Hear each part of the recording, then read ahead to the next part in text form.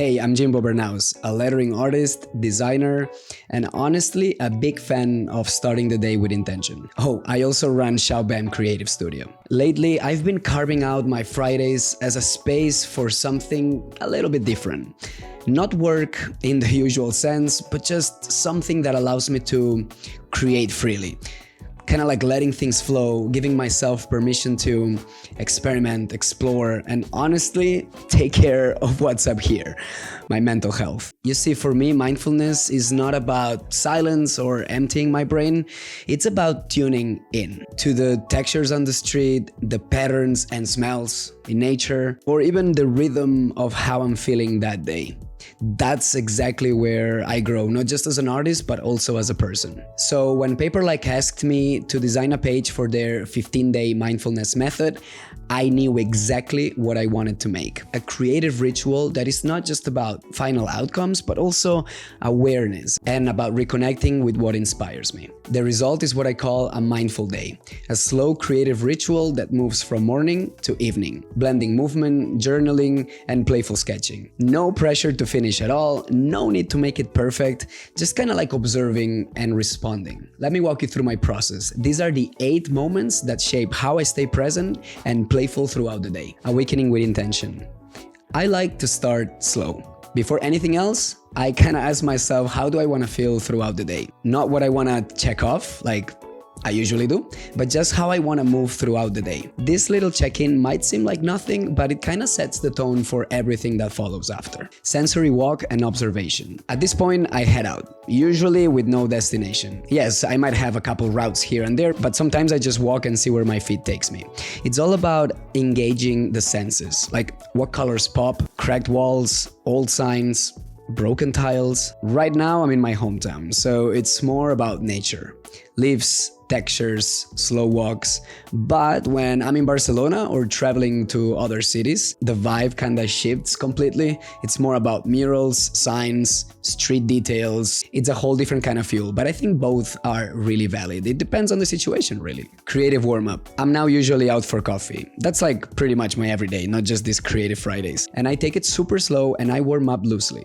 New brushes, old ideas, weird color combos. At this stage, I'm just playing, really, letting my hand move however it wants. Learning an inspiration break. Then I take a break, but not from creativity. I read something or just explore pretty books that I have. Sometimes I watch a design talk, or I learn a new skill, or I flip through old sketchbooks and I find some things that were forgotten and I used to love or something. It's not about searching for ideas, but it's more about letting them come to me. Midday flow, creating without a goal. At this point, I'm really in the flow. All my senses have been activated, and usually it's a time where things start looking a little bit better than before.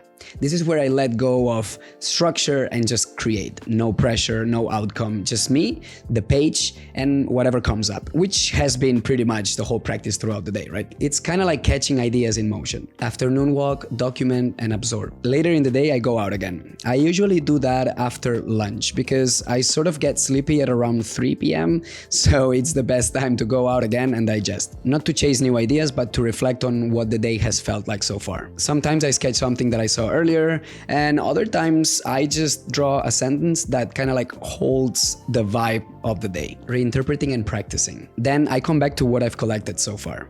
I revisit ideas and see if they can go anywhere. Maybe I take a texture and turn it into a pattern, or even like push a sketch into a new direction. It's a small act of growth, and honestly, by this point, I usually feel good. Like, really good. Because the more I create, the better and the prouder I feel. That's been huge for me as an artist, especially when overthinking creeps in, which happens a lot of times. If I don't keep moving, I get stuck, and this practice really keeps me out of that loop. Anyways, I just try to create something that feels complete, something that satisfies that creative urge and leaves me proud. After feeding my creativity all day, this moment often brings me that peace that I genuinely was looking for, or that I really connect with.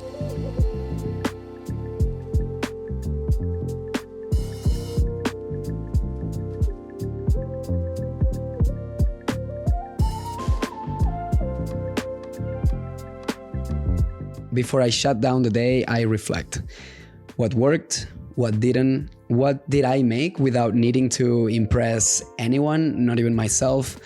This part kind of brings it all together, and it's a good reminder that days like that are very necessary, especially for creative people. I really believe that it's essential to create just because you want to create, not because you have to share your results with the world constantly. Really, like, forget about Instagram, TikTok, follows, views. Create, just create. What about you? Do you ever give yourself some space for a day like this? So that's my mindfulness method. Messy, curious, and full of moments that I would have missed otherwise. If this speaks to you, download the full 15-day mindfulness method from Paperlike. There are 15 creators sharing their own approach, and believe me, you will love them all. Take care and have a very creative and mindful day.